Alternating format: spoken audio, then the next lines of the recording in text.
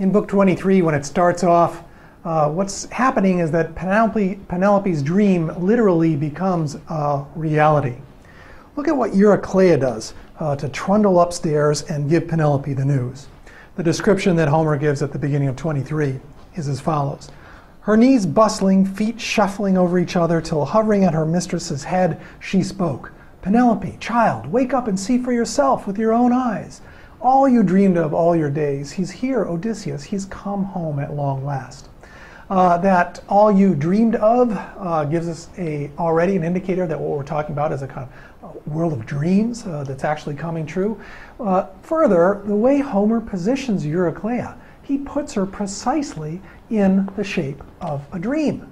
Remember what we did earlier when we talked about dreams and how they appeared to people?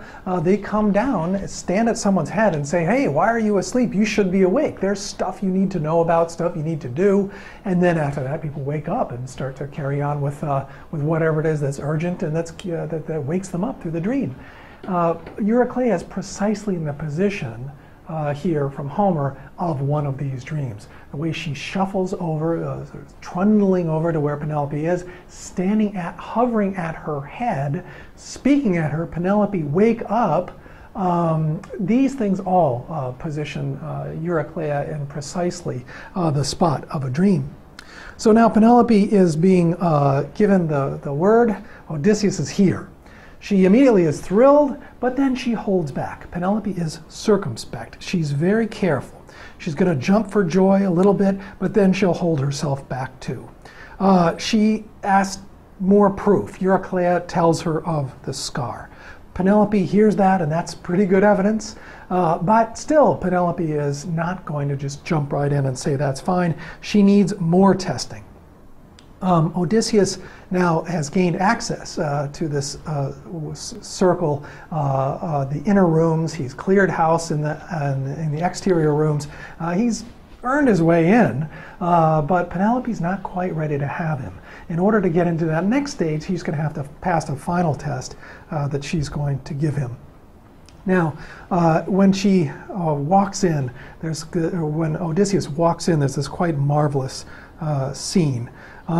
She then sees Odysseus, and Homer tells us, as soon as she stepped across the stone threshold, slipping in, she took a seat at the closest wall and, radiant in the firelight, faced Odysseus now. Circumspect Penelope is making herself available to Odysseus. She's ready to start to hear what he has to tell her.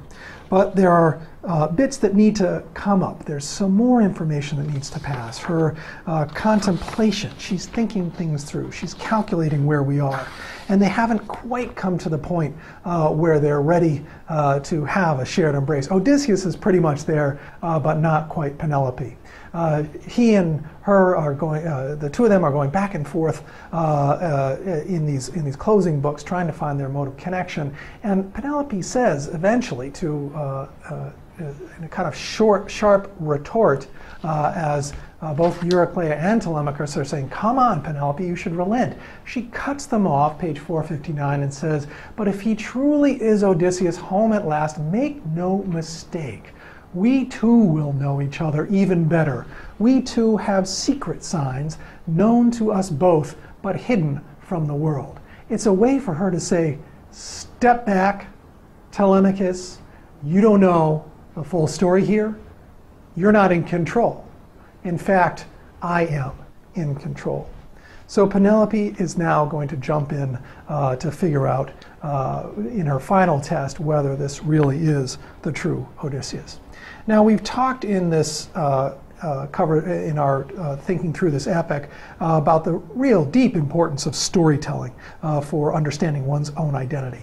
Knowing your past, having it as a cohesive story, sharing it with people, all of these things, the idea of telling and retelling, all of these things are very important and built into a Greek notion of what an identity is. Penelope gives us another way into this whole question. For her, her story registers for us the importance in a Greek context of sometimes not telling, of sometimes keeping some things secret. We've seen different ways of measuring what these secrets are. Remember, Odysseus tried to keep his secret of the scar by holding back Euryclea's mouth and swearing her to secrecy under pain of death. He hid his scar underneath his clothes so that people wouldn't see it. But it's something that is public and visible, and he can show it to people. It's a kind of static mark. It is there, that's ready for him to pull out. He can share it with people to verify who he is, and when he does, it's a simple sharing of information from him to someone else. Penelope has a different kind of sign of who she is and also who Odysseus is. The two of them can only verify each other's identity, or can verify each other's identity through this sign. And for Penelope, it's her last way of making sure that the person in front of her is truly Odysseus. The final sign, this sign of signs, is of course her bed. This bed that Penelope is going to use in this last proof draws an analogy to another bed that we've seen in this epic at the close of Book 5. Remember Odysseus there as the firebrand, trying to figure out if he could make it through the night, calculating whether he was better off burying himself under some leaves so that he could have some shelter and keep his way, or not die from exposure to the elements, and then also trying to avoid taking too much shelter in the forest and making himself a victim to animals. At that, to being eaten by animals. At that point, he scoops up a bunch of dead leaves around him. He's overjoyed at the sight, and he buries himself in the leaves of an olive tree. That bed, at the end of Book 5, made at the far ends of Odysseus' journey, is made with material drawn from the farthest point away from the root of the olive tree. The leaf growing past the roots and the trunk and out the edges of the branches and out to the very farthest edges. We've got the leaves that are sitting out there. Well, those also then themselves fall off. So we're at the farthest removed from an olive tree that we can possibly be. Odysseus scoops these together, makes his bed. It's very primitive. There's room for one. He's only trying to keep himself holding on to that last piece of his identity, his own life. This bed that Penelope starts to make reference to in her reference to secret signs that only she and Odysseus are going to know, this bed is from a different part of the olive tree. It's actually rooted, isn't it? It's rooted. Odysseus himself crafted the bed. He made it with his axe handle. We've seen him wield axes before to great effect. His skill with this is tremendous. He took a living, breathing tree, carved up pieces of it, got olive wood involved, linked it all together, and left the rooting in the ground. This is a living tree. It's not the farthest removed dead part of the tree, it's the living core of the tree. It's deeply rooted in the ground. It's immovable. It is a kind of gravitational center of Odysseus and Penelope's life together. Now, when Penelope makes her very sly gesture at the very end, saying, yes, yes, he may be Odysseus, but we can't really be sure. We're going to have to wait another night, at which point everyone's exasperated. She, at that point, says, just go ahead, and we don't want our stranger to have to sleep on the ground. Let's bring out a bed for him. In fact, let's bring out my own bed so this man can enjoy it and lie down in it. At which point Odysseus realizes that all of this sly, subtle subterfuges of Penelope has been put in place because she is testing him with the final test. The only response that is possible if he truly is Odysseus is the one that he knows. You can't move that bed. It's rooted in the ground, and I'm the one that made it that way. Now Penelope then is able to prove that it is truly Odysseus, but she proves something else to him at the same time. The reason that the secret configuration of what this bed is all about and how it works still works for Penelope as a sign of verification is because she herself has kept it secret all those years that Odysseus is gone. Imagine if she let lots of people into her bedroom and lots of people into her bed while Odysseus was gone. There's no way she could use that bed to verify that this is truly Odysseus. Anyone would know about it.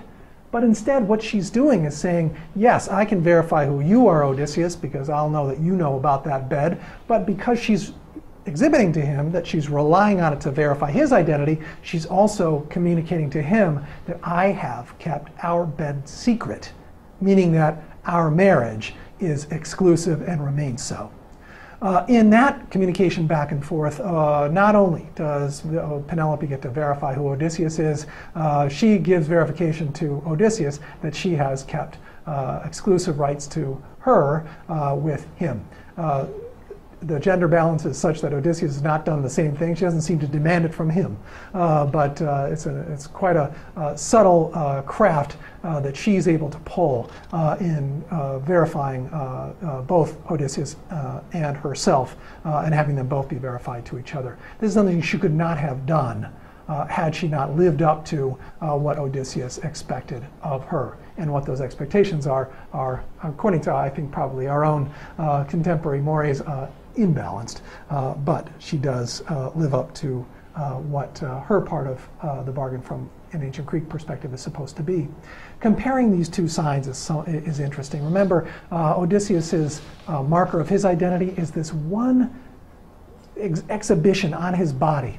It is a marker of past pain. It's got a story embedded into it, but it's visible by everybody. What does he have to do to maintain it as being a marker of Odysseusness? Nothing. He has to carry it around with him and decide who's going to show it to.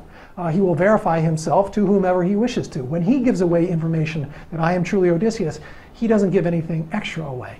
Penelope's sign, her marker of her bed, is something that she actively must maintain in an ongoing act of the exclusivity of their marriage, or faithfulness, if you will, to Odysseus. This ongoing sign is a continuous kind of dynamic sign that she must maintain. In pursuing that, she does, just as we said, maintains her connection also with Odysseus and her ability to verify that to him. So now, by the close of 23, the two are becoming to the point where the reunion is almost ready to happen. That's going to come in our next lecture.